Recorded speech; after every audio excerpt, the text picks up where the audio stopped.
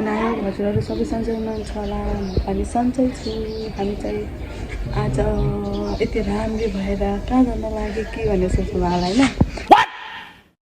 घाम पनि लागिसकेको छ, नुहाइधुवाइ गर्दा के गर्दा ठिक्कै भयो, होइन ढिला भयो। अब हामी चाहिँ जाँदैछौँ चन्द्रगिरी।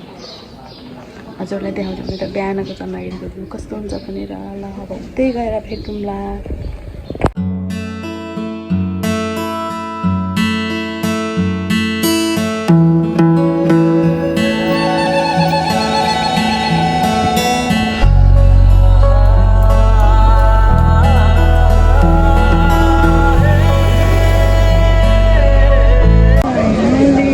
चाहिँ चन्द्रगिरीको टिकट काट्ने ठाउँमा आइपुग्यौँ। लाइन त यति लाइन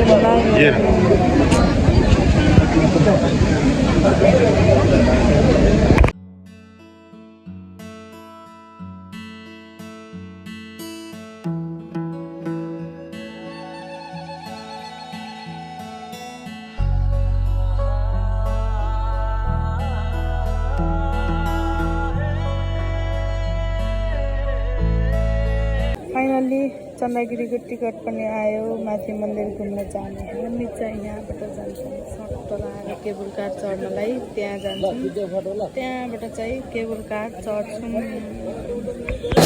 वाल पार्ने हुँदो रहेछ। यहाँ चाहिँ चेकिङ हुँदैछ, हाम्रो चेकिङ।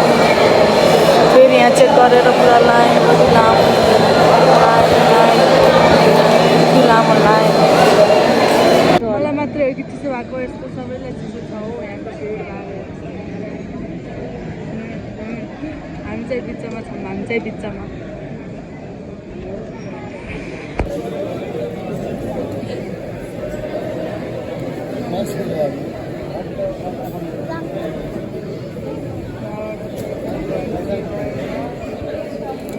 जानुपर्ने हो हामी चाहिँ केबल कारमा चढ्छौँ। कस्तो कस्तो हुँदो रहेछ तपाईँ? के बोले भाइ? अब के बोले?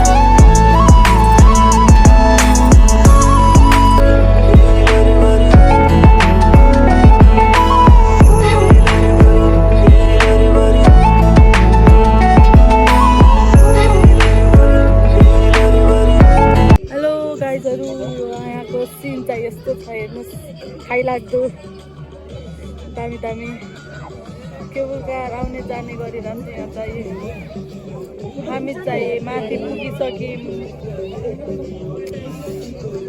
अझै हेर्नुहुन्छ, हामी चाहिँ जानुपर्ने यता हो, सिधा माथि। पूजाको सामानहरू किन्ने ठाउँ यो भयो। जुत्ता चप्पल राख्ने यता छ। पूजा गर्ने ठाउँ चाहिँ यहाँ भित्र छ। हामी गएर पूजा गर्न मिल्दो रहेनछ। हामीले चाहियो झोली दिने त्यहाँभित्र, अनि पूजा गरेर ल्याइदिनुहुन्छ।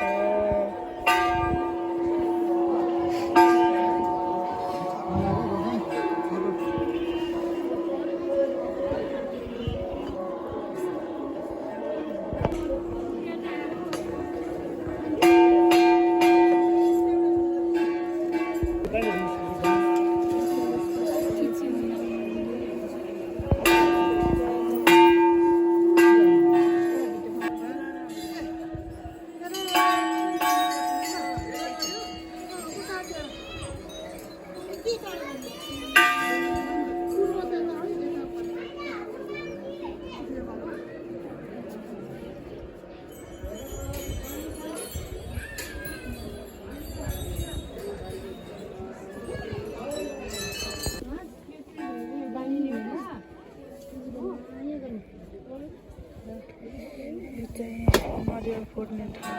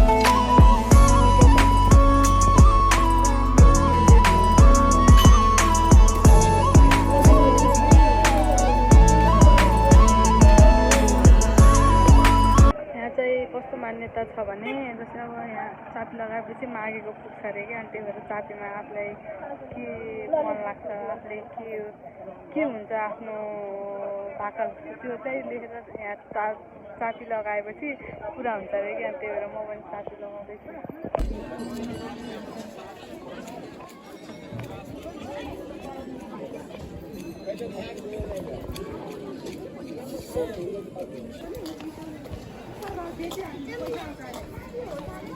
यहाँ चाहिँ बच्चा बच्चीको खेल्ने ठाउँ पनि रहेछ, हेर्नुहोस्।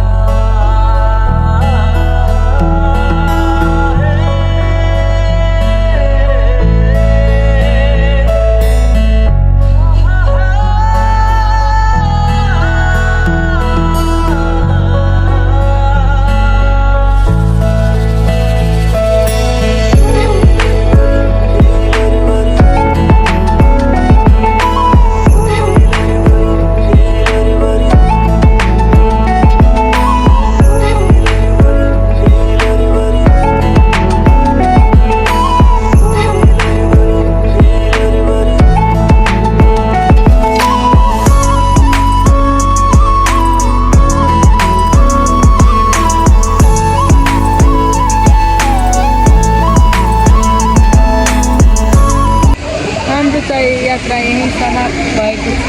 यो चाहिँ चन्द्रगिरीको टिकट काउन्टर। बाई, फेरि भेटौँला। आजलाई यति नै। Thanks for watching. Please subscribe.